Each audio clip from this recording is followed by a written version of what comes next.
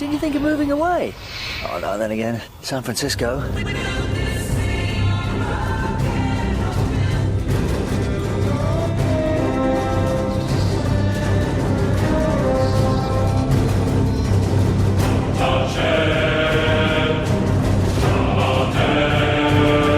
last! The cult of Frisco!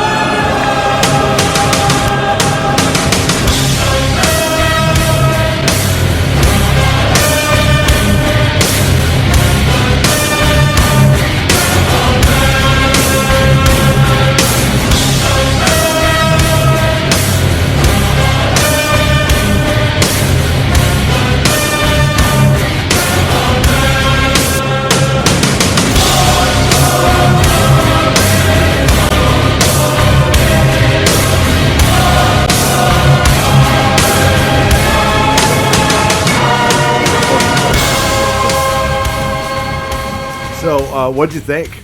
I liked it. It took me forever to find the episode, so I got spoiled for a few things. Because, this was such the fan reaction episode. My God, I've stayed away from that. Well, it's because it's like the easiest way for me to find links are through Tumblr. Yeah. And you know how geeks are with their Tumblr. But yeah, it's we called Missy 3 months ago, 4 months ago. I think actually when the so rumor, it's like the fact that it was revealed, she's like, like Missy, short for mistress. What do you think I was gonna call myself, the master?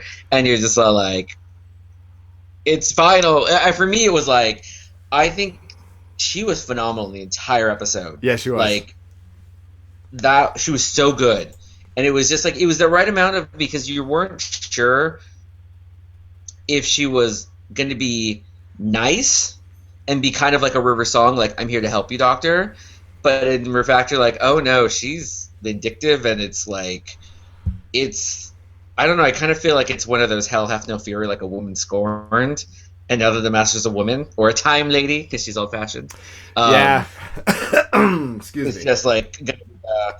I want to see. It was just like that. Those last few moments, like when she says she's the master, and the Cybermen are coming out, and you're just all like, "Oh yes, oh yes." Well, dude, oh my God. Well, we're starting this episode, by the way. Welcome back to the Cult of Frisco, episode 11. I am actually in the process, as we are recording this, to actually finally compressing our video from our last podcast. Actually, the audio is on SoundCloud right now. If you'd like to share it, but the video will be up in about a half an hour once it's done compressing, and I'll shoot it up. I've just, actually we record stuff on ScreenFlow, and not to get too technical, but there's a lot of problems with converting it over into a dot. It's just into a different form, and it'll look all fine. And I'm using an older version of Final Cut Pro, and it'll look all fine. And then I'll get it ready and put it up on YouTube. And there's like green spots and stuff. And I know nobody cares, but I do. So, welcome back to the Cult of Frisco, episode 11. And okay, well, we are fresh off of Dark Water, the part 1 of the Doctor Who finale. I have not watched any fan reaction. I have not. I watched the episode, and you were the only person I text. Melissa doesn't give a shit. She heard me shriek last night, and even though I know, I just went, yeah, even though we kind of knew it would be the master. Actually, it went long enough to where Moffat also started the season saying. And I believed him. I know he lies a lot, but he said, the master story's been told, and it was finished, and it was done really well by Russell T Davies. It's almost sad that that is taken away, because that was one of the great things. It was like his redemption. But Gallifrey being back in the fold does change a lot of things. And Harry, do you not agree? This opens up a Pandora's box of questions now. Not only has a Time Lord been escaped now, there's little things. There's technology out there. What do you? I mean, like, what are your first questions off the top of your head? How did she survive? Because the last time you see the Master was being sucked into that little portal. Yes. With the like douchey Time Lords. Excuse me. With Rassilon. The thing. Oh, and it's the fact it's like all these people that she's been collecting over the course of the season are just to make them Cybermen. And I was like, that I thought was brilliant. The fact that the Master chose to do Cybermen, and it was just like, and there were just a couple scenes like when they walked past the door and the door shut, and it looked in the like you just like the circles with the little circle on the bottom, and it was like it looked like Cybermen. Well, the 3W, the 3W logo, yeah. Mm-hmm. Even on the 3W logo, this is one of those episodes where if we didn't have the internet and like photos from the set to say like we know the Cyberman's going to be there, like this was one of those episodes that would have been, if you didn't know that was the Cyberman, it would have been a oh shit moment watching the screen.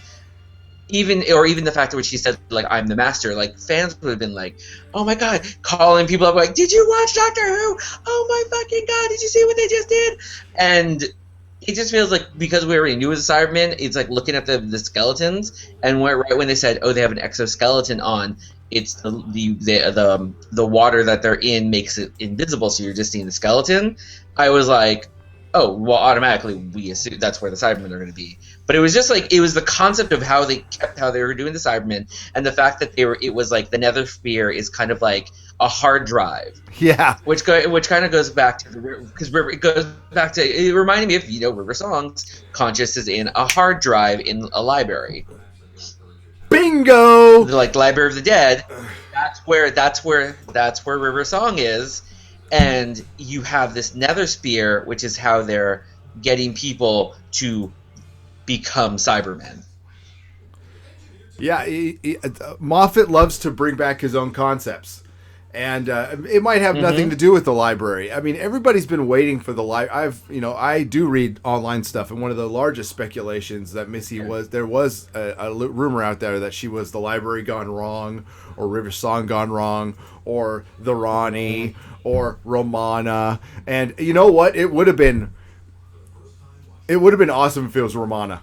It would have been awesome if, like, hey, I a good companion of his that just gone wrong, and we actually got a taste of that. Actually, I think he felt that the fans would react.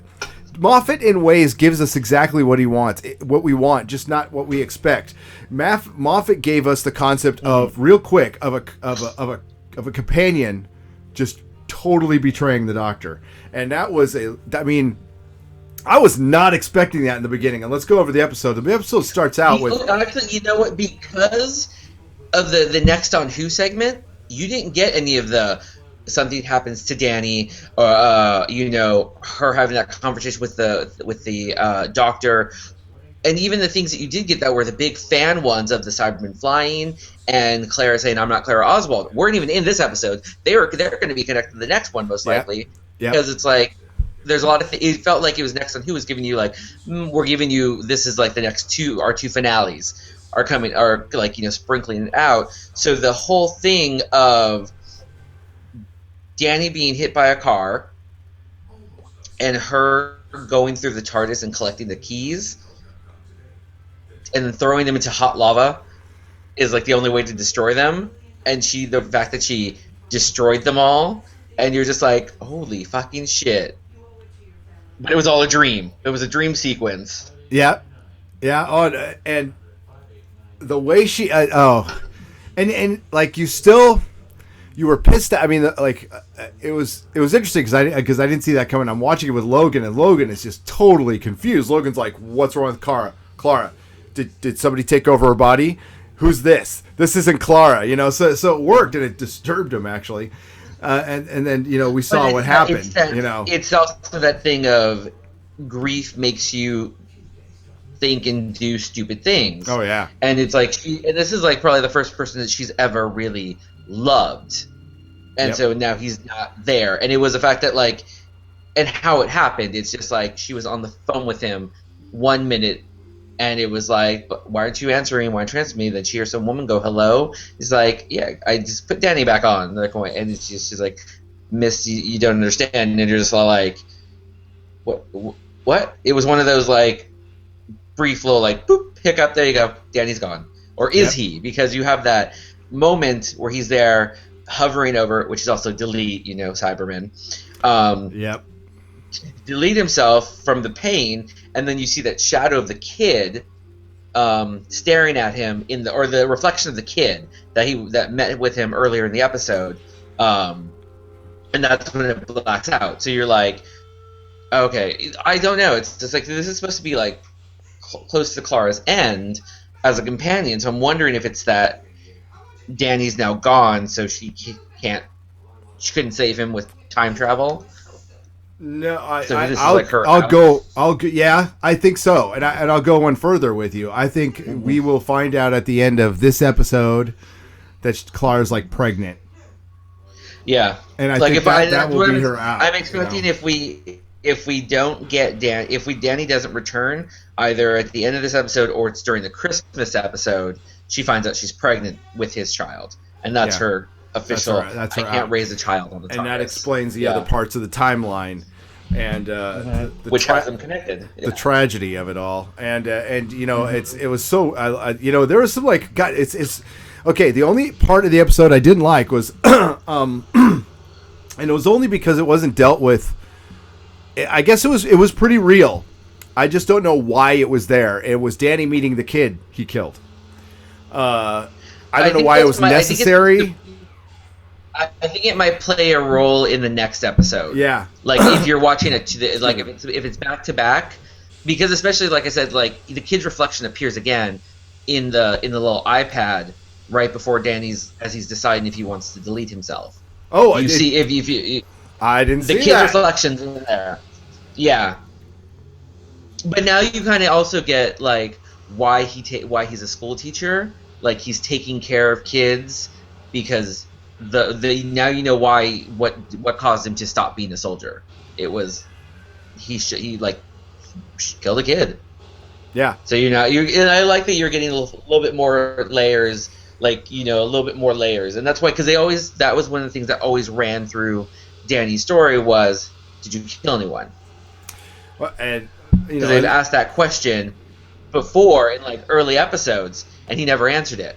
Or they would say like, oh, he cries when he thinks about the war, but now here's his reason why he did kill someone. He killed a kid, and it probably wasn't intentional, but it was during war. Still happened. Child was a casualty of war that was by his hand. That still happened. So I think that's what he's trying, and now it's like, and that's what he's been working with. And you go into it knowing that could happen. Not to get too deep, we're talking about Doctor Who here. So, and that's part of our. I actually threw in a little teaser at the end of our last podcast, and two of the things we're going to talk about are Missy's identity, and we're going to talk about, is this the beginning and end of Clara, and is this possibly the beginning and the end of the 12th Doctor, which we will get into in a moment, and I'll give you my point on that. If you go back and look at Doctor Who's past, aside from the third Doctor, the Master has actually had his hand in the end of a couple, the end of the fourth Doctor. He ended Tom Baker's run, and in a lot of ways he ended Ten's run. And I believe another one too. So I think this throws a little fuel on the fire of Capaldi's next season will be his last. This is just my prediction, and I think he's really, he's kind of fallen into the role of the Doctor really well. But the Doctor is now part of, he's part of it more of the story. This, the Tenet episodes were just. This is about Tenet, This is like it's Tenet centric, and Matt Smith was, I think Matt Smith was an ensemble one too. Although he was a great Doctor. But what's going on here is Moffat. We'll talk about Moffat's writing. Moffat tapped into his best Russell T Davies in this episode and brought the epic. What we were talking about a couple podcasts ago. He brought the epic. We have the Master, the Mistress, and the Cybermen together. And the Master is basically, because the last time we saw the Cybermen, they were completely destroyed again. So this version of the Cybermen is controlled by a Time Lord. And that's scary. That just brings them up another level. And I wouldn't be surprised at all, and I'm just pulling this straight out of my arse, that we see a Dalek at some point. Maybe Rusty will come and save the day. But if you look at the poster for this 2-part, they do a poster every episode. The Doctor is holding Andals. Did you see that? Go look at the images. One of the BBC official images is the Doctor is holding Andals, except this time Andals, he's got a Cyberman head, but it's an old version from the classic series. So I think we're going to see the return of Andals. Yay! Who's Andals again? Andals is the Cyberman head from Time of the Doctor that he was talking to. Oh, okay. That's Andals. So, he's going to be back from Andals from Time of the Doctor. Remember, he died out. His technology, he couldn't rebuild him.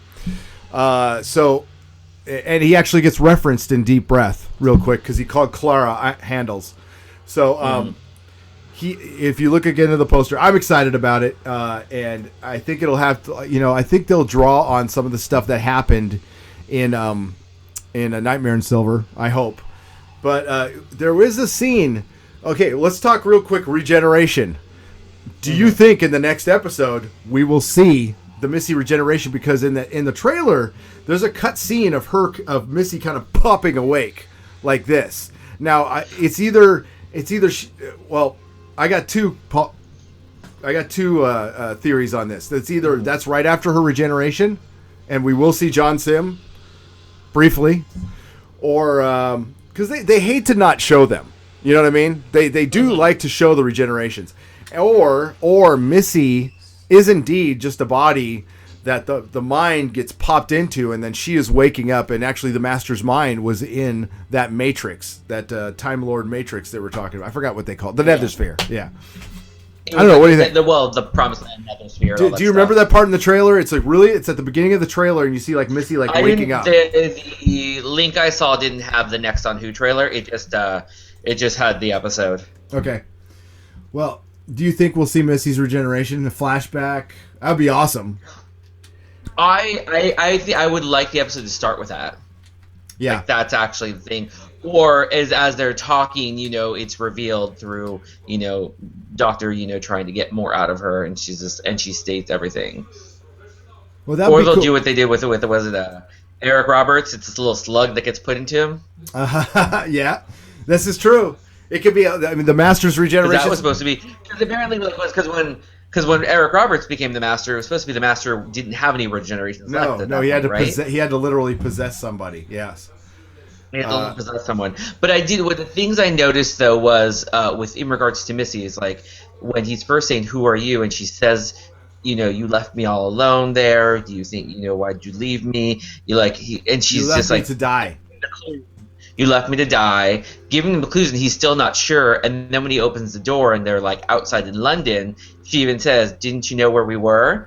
And I was thinking that it was that's her TARDIS is larger than his.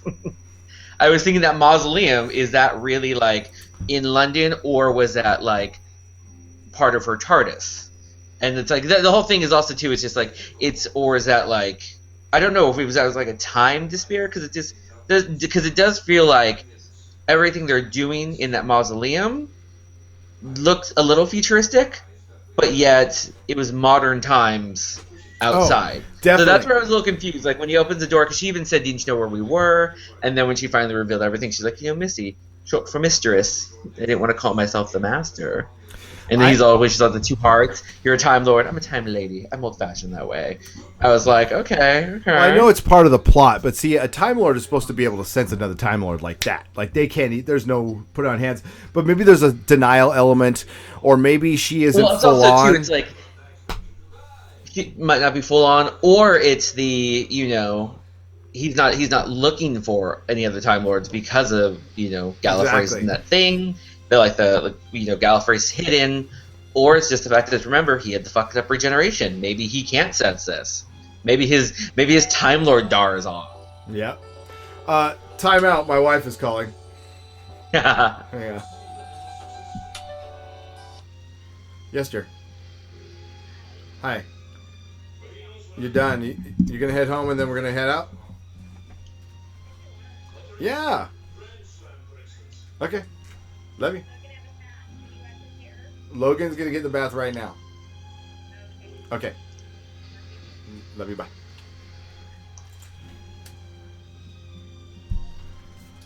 Okay. So we got 10 minutes. 10 minutes to wrap this. Okay, so one of my favorite lines though was when she's discussing the Cybermen, and she says the line "Cybermen from cyberspace." I was like, "Yeah, that's awesome." And how come nobody's thought of that? And you could tell he was kind of catching on because the Master is like not only just a Time Lord, it's like one of the most brilliant Time Lords and can come up with shit like even the Doctor wouldn't even conceive of. But again, I don't know what the fan reaction is, and you know what? Fuck the internet. You know what? If I go and talk to the Doctor Who fans in person, I bet you to a woman, I'll say to a woman and a man, they'll like it. Now, I'm sure there's going to be the political aspect of it that some people are probably pissed off that she's a woman and they're calling Moffat sexist because he made the master a woman. But isn't it also like? But also, it's a bit of a fuck you too, because we had that whole discussion about what if the Doctor's rendition was a woman, instead of Capaldi, it's some woman that walks out and says, "I'm the new Doctor." Because some fans are like, I'd be okay with a female Doctor. Others are like, no. So he's like, well, let's change it. Now we have the Master as a Doctor. Exactly. That might be because you know what? And she's still just as vindictive as the Master. I will say F you to people who okay.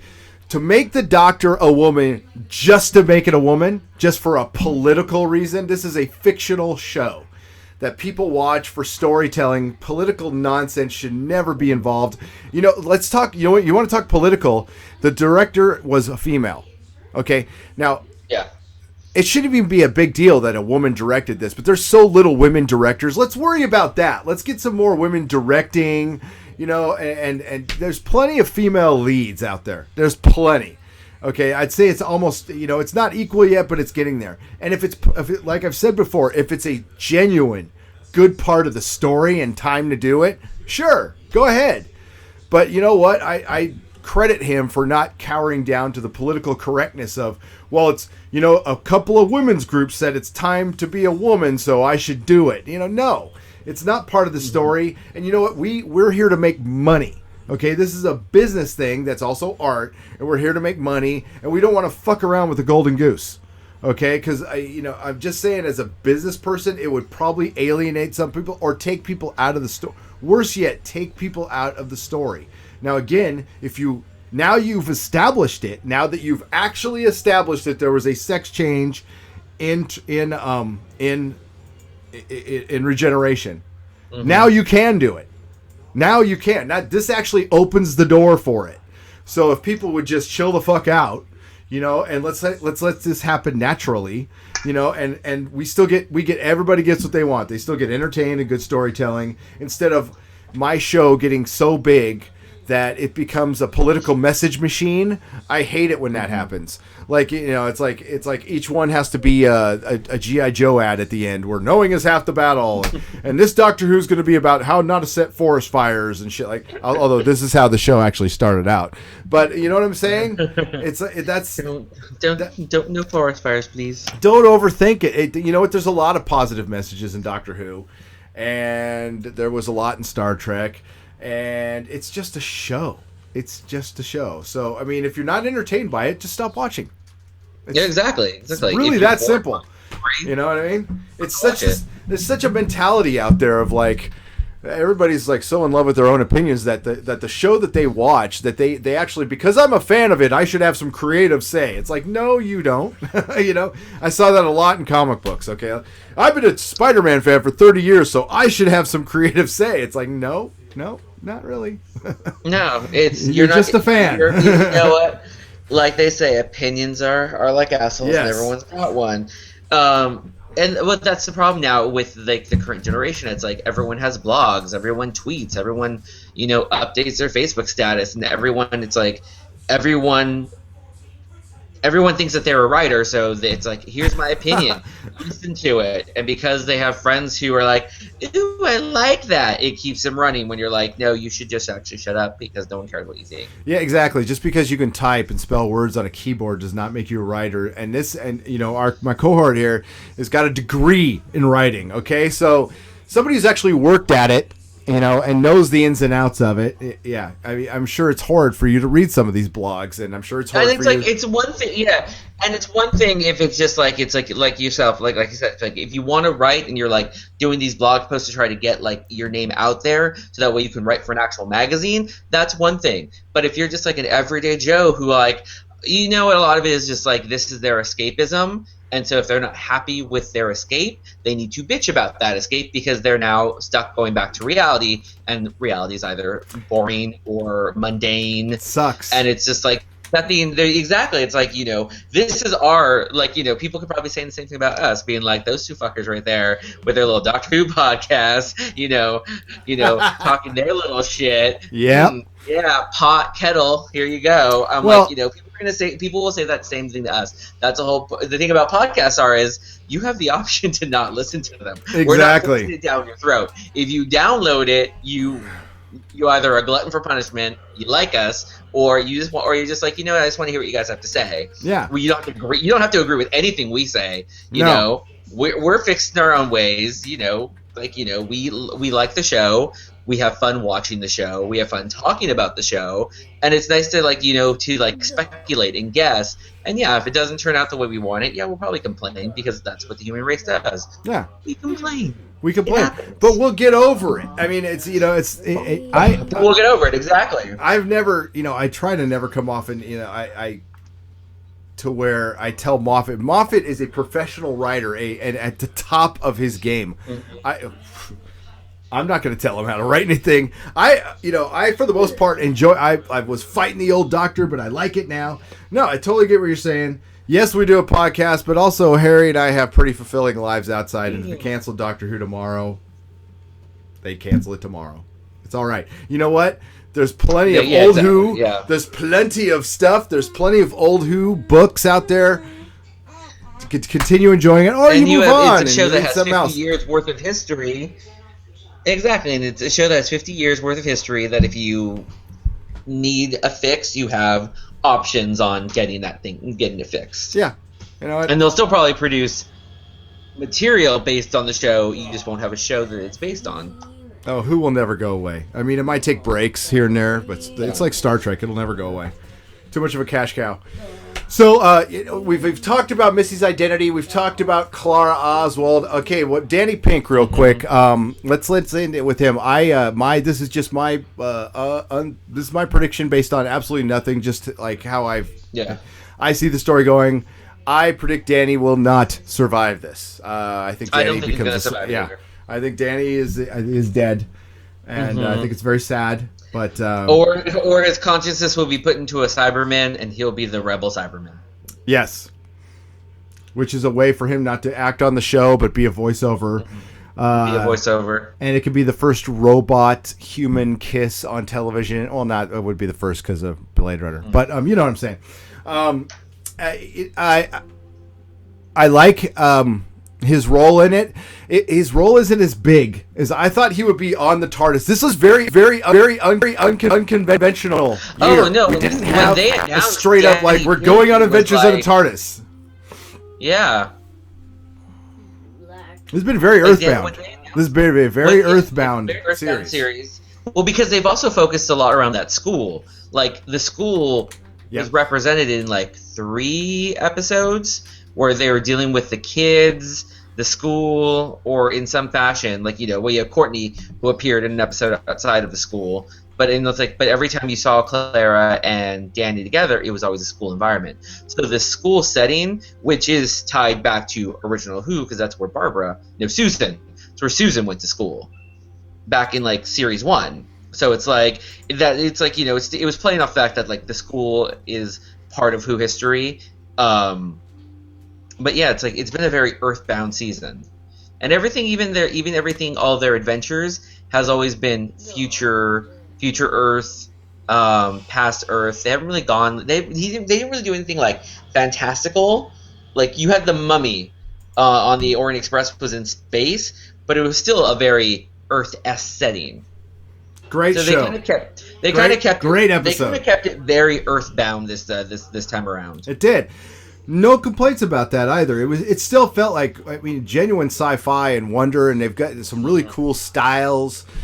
I'm looking back on this season, and I'm gonna just come out. It's hard to say without going away, but let's compare things. We hate to compare things.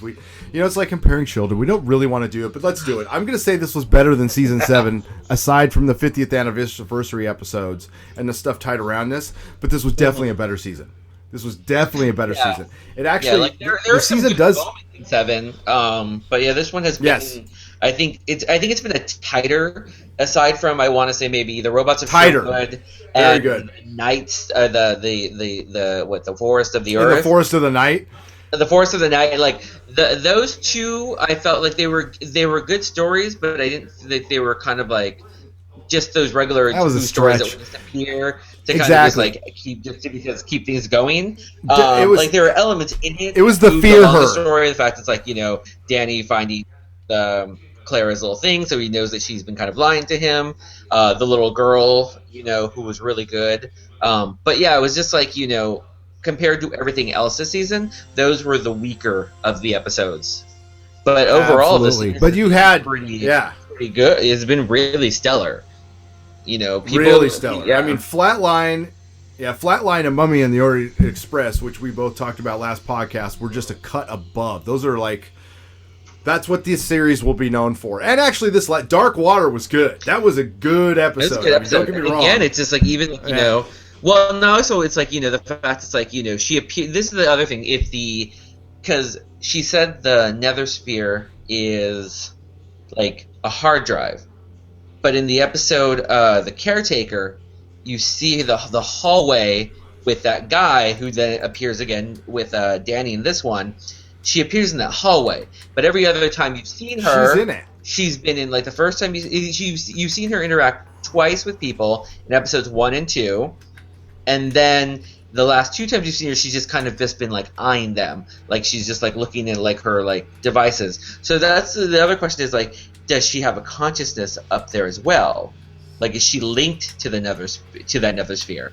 Oh, that's what I think. Other than that scene I talked to you about of her like popping awake, I think that the Master's consciousness was in that. This is just one of my theories. And this body, this Missy's body, is a made body. I think she might be a robot. They might, who knows?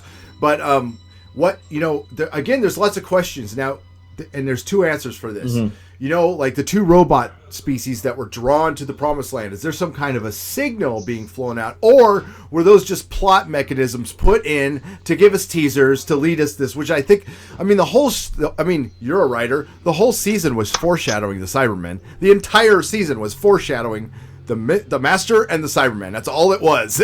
It's like, we have robots coming that meld with people. What is like that? The Cybermen! So I think, I don't know if we're going to see some of the old villains from this. What I mean old is previous villains from this season. I think we actually are. Because they mentioned that we see some old villains, plural, and friends. Now, they might be just talking about the Master and Cybermen. But I wonder who the friends are. I think it's probably going to be Kate Stewart and Asthma Girl, who's super cute, who I just love. Okay, so let's say our goodbyes. Wrap this up. So... sum up the episode in 30 seconds. 30 seconds. Danny dead. Clara pissed. Doctor says, let's go get him. Missy, Cybermen. A lot of fucked up shit. And yeah, that's, I think, pretty much it. It's on. It's on. It's like, it actually is going to give you, I think, the final episode is going to be a lot more, like, this was all set up for a Dr. Cyberman battle. With the fact that you now have Missy is like you have the Doctor's greatest nemesis back in a form that he's just like, huh? Because it was very much like his look though when she said the look was awesome, right? Like he was like this. Her best line is, don't pay attention. Scottish man yelling. Must be a game on. It's just like Must be like a match. nonchalantly being like, why are you? Why? Shut up, dude. Like, where's my fun? Okay. Well, I sum this up with what the doctor. I'll use the doctor's words. Uh-huh. Darkest day, blackest hour, shoulders back, chin up. Let's see what we got. So I can't wait. I can't fucking wait. Next week should be awesome. Yes, next week will be great, and we will be here. What would be next week? What the best part next week would be amazing if the Doctor runs into his TARDIS to kind of get, or Clara runs into the TARDIS because she can navigate it. Runs into the TARDIS, and she does a little rogue collection of people, and you have this like awesome like the people the 12th has met so far, and you just have this ragtag team of like bandits and misfits, like, because that's pretty much everyone that you've met so far has been kind of a misfit in their own way. But they've all worked with that, they've all worked together, and it'd be nice to like get all these people together. Maybe you'll get Orson back for a hot second. Sorry, I had to tell Logan to check his bath. No problem. So, yes, we record while we live our lives. Exactly. So, Harry, thank you for joining me for this quick podcast. And I can't wait till next week. And by the way, folks, on BBC America, next week's episode is a solid hour long. Okay, we get 15 extra minutes. Yeah, so extra minutes. All right, Harry, love you. Bye. Love. See you next week. Hugs for now. Back at you. Right. Bye-bye. Budget. Did you think of moving away? Oh, no, then again, San Francisco.